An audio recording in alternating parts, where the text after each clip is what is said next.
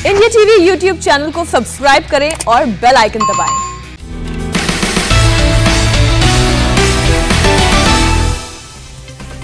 अफगानिस्तान में तालिबान सरकार बनाने की कोशिश तेज। तालिबान ने पाकिस्तान समेत 6 देशों को भेजा शपथ ग्रहण का न्योता। काबुल में राष्ट्रपति भवन में तालिबान सरकार का होगा शपथ ग्रहण। तुर्की, कतर, ईरान और रूस को भी भेजा न्योता। अफगानिस्तान में पंजशीर पर तालिबान का कब्जा। पंजशीर के गवर्नर कार्यालय पर तालिबान ने फहराया अपना झंडा। बाहर खड़े नजर आए तालिबानी लड़ाके।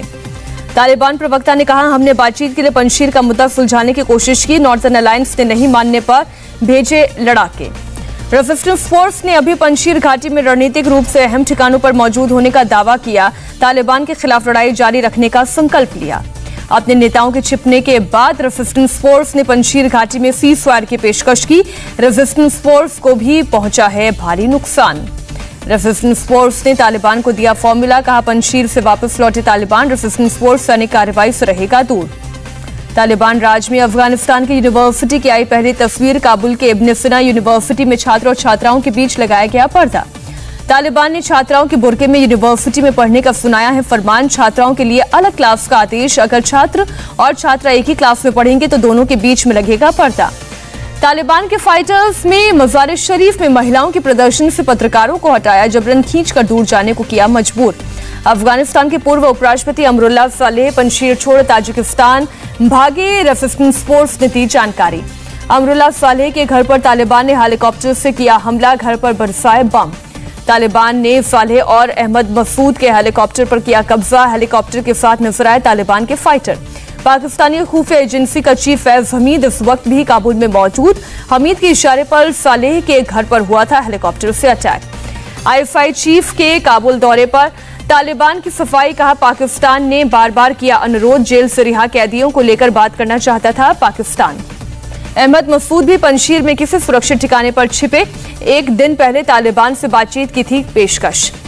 बीजेपी ने राहुल गांधी पर बोला हमला। किसानों की फर्जी तस्वीर सोशल मीडिया पर डालने का लगाया आरोप। बीजेपी प्रवक्ता सुमित पात्रा ने कहा, राहुल भ्रम की राजनीति कर रहे हैं। दूसरों के कंधे पर रखकर बंदूक चलाना राहुल की आदत बनी। राहुल गांधी ने आज ट्वीट की थी किसानों की तस्वीर। लिखा, डटा है, निडर है, इधर है भारत भाग्य विधाता। बीजेपी ने वैक्सीनेशन को लेकर भी राहुल से पूछा सवाल। पूछा, पहले रोज रोज ट्वीट करने वाले राहुल अब टीकाकरण पर क्यों हैं चुप। मायावती ने किसान महापंचायत में टिकैत के नारे को बनाया सियासी हथियार। हिंदू मुस्लिम सौहार्द की कोशिशों की तारीफ की। कहा, मुजफ्फरनगर दंगों के गहरे जख्मों को भरने की मिलेगी थोड़ी मदद। मायावती ने ट्वीट कर कहा, मंच से सांप्रदायिक सौहार्द के लिए लगाए गए नारों से बीजेपी की नफरत से कोई बोई जमीन खिसकी दिख रही है। कांग्रेस और सपा के दंगायुक्त शासन की भी याद ताजा करती। महापंचायत के दौरान राकेश टिकैत ने लगाए अल्लाहू अकबर और हर हर महादेव के नारा। कहा, पहले भी लगते थे, आगे भी लगेंगे। पश्चिम बंगाल में नेता प्रतिपक्ष शुभेंदु अधिकारी आज सीआईडी के सामने पेश नहीं होंगे। बॉडीगार्ड शुभव्रत चक्रवर्ती की संदिग्ध परिस्थिति में मौत मामले में सीआईडी ने भेजा था सुमन। कलकत्ता हाईकोर्ट से बीजेपी नेता शुभेंदु अधिकारी को राहत। बॉडीगार्ड की मौत मामले में सीआईडी को कोई सख्त कदम नहीं उठाने को कहा। दिल्ली में ईडी दफ्तर में पेश हुए ममता के भतीजे अभिषेक बनर्जी कोयला घोटाले से जुड़े हुए मनी लॉन्ड्रिंग केस में ईडी ने भेजा था सुमन। ईडी दफ्तर जाने से पहले अभिषेक बनर्जी ने कहा, मैं जांच का सामना करने के लिए तैयार। ईडी ने बुलाया है तो आया हूं।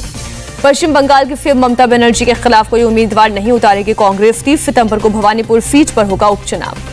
महाराष्ट्र के पूर्व गृह मंत्री अनिल देशमुख की मुश्किलें बढ़ी। ईडी ने जारी किया lookout notice. Money laundering case में देश छोड़कर भागने का शक। देशमुख के खिलाफ लुकआउट नोटिस पर बोले महाराष्ट्र के पूर्व सीएम फडणवीस सुप्रीम कोर्ट तक जा चुके हैं देशमुख। कहा, कानूनी प्रक्रिया का करे सामना। लखनऊ में यूपी बीजेपी महिला मोर्चा की बैठक शुरू। समापन समारोह को संबोधित करेंगे सीएम योगी।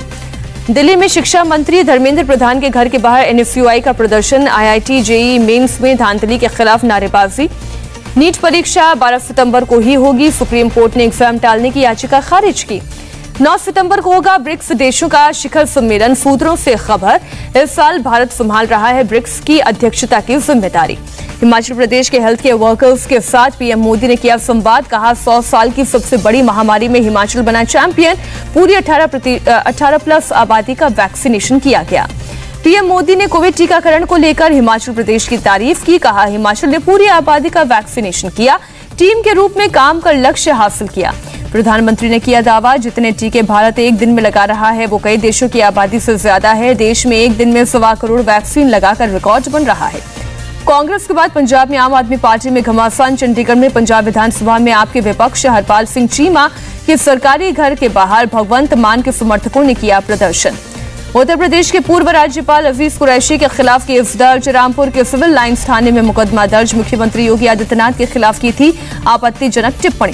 केस दर्ज होने के बाद अजीज कुरैशी की सफाई, कहा मैंने किसी व्यक्ति के खिलाफ नहीं दिया बयान, सरकार के खिलाफ बोलने का मुझे संवैधानिक अधिकार। अजीज कुरैशी ने कहा, मैंने आजम खान के समर्थन में शांतिपूर्ण तरीके से प्रदर्शन करने को कहा था, सरकार ने आजम के साथ गलत किया। बीजेपी नेता आकाश सक्सेना ने अजीज कुरैशी के खिलाफ रामपुर में सिविल लाइंस थाने में दर्ज कराई शिकायत, कड़ी कार्रवाई किए जाने का जताया भरोसा। रायबरेली में पीएम मोदी के खिलाफ अपमानजनक शब्द कहने पर एसपी विधायक मनोज पांडे पर मामला दर्ज। एक शख्स ने विधायक के खिलाफ की थी शिकायत। मनोज पांडे के बयान का वीडियो भी वायरल। सुप्रीम कोर्ट से यूपी के बाहुबली विधायक मुख्तार अंसारी को झटका, सुरक्षा की मांग वाली याचिका खारिज की, हाईकोर्ट जाने को कहा। राष्ट्रपति गोवा में आईएनएफ हंसा पहुंचे, एक समारोह में प्रदान किया राष्ट्रपति ध्वज। मध्य प्रदेश में यूनिवर्सिटीज में कुलपति का नाम कुलगुरु रखने का प्रस्ताव, उच्च शिक्षा मंत्री ने मांगे सुझाव, कहा कुलपति की तुलना में कुलगुरु लोगों के गले से ज्यादा उतरता।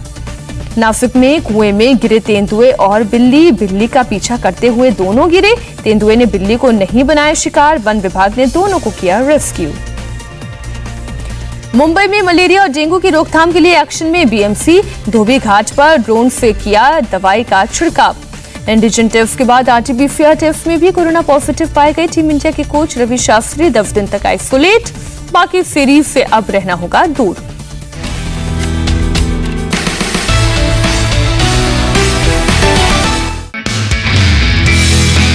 नमस्ते, मैं हूं मीनाक्षी जोशी। वीडियो और खबरों से अपडेट रहने के लिए India TV YouTube channel subscribe करें, बेल आइकन दबाना ना भूलें। जुड़े रहें इंडिया टीवी के साथ।